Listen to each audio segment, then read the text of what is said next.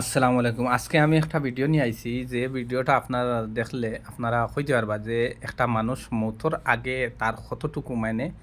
আল্লাহর তরফে আল্লাহর দিকে তার মনটা যায়। দেখুন আপনারা, মৌতর যে কত যন্ত্রণা আল্লাহ পাক রব্বুল আলামিন কইছেন, একটা মানুষ মরলে তার যে যন্ত্রণা এটা দুনিয়ার মানুষে বুঝতে পারে না। দেখুন মৌতর মানে কিছুক্ষণের মধ্যে আর কি, কিছুক্ষণের মধ্যে উনি মারা যাবেন, কিন্তু মারার আগ মুহূর্ত যে মানে আল্লাহর কাছে যে তৌবা আস্তাগফিরুল্লাহ ফরিতরা এবং আল্লাহর কাছে আল্লাহর মানে জিকির আজকার খতরা এবং অত মানে মানে আল্লাহর কাছে অত মানে নিরক্তি হইতরা আর কি, তাই নিজে আর কি আল্লাহর কাছে মানে আত্মসমর্পণ কতরা ইরাখান ভিডিও ফাইলে আপনারা শেয়ার করবা এবং আমার ভিডিওটা শেয়ার করবা এবং আমার ভিডিওটা বেশি বেশি করে মানুষের দেখার সুযোগ করে দিবা,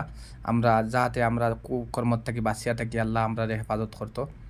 এবং দেখুন আপনারা কীভাবে আল্লাহর জিকির খতরা এবং আল্লাহর কাছে মানে তাই তৌবা আস্তাগফিরুল্লাহ ফরিতরা। দেখুন মৌতর আগে মানুষ, যে কোনো মানুষ মৌতর কয়েক সেকেন্ড আগে আজরাইল আলাইসাল্লাম যে আল্লাহর কোরআনও লেখা আছে যে মানুষে দেখতে পায়, তো আল্লাহ আজরাইলকে দেখতে পায়, যে দেখতে পাওয়ার পরে মানুষের কি মানে রূপটা কেমন হয়, কীভাবে মানুষ মানে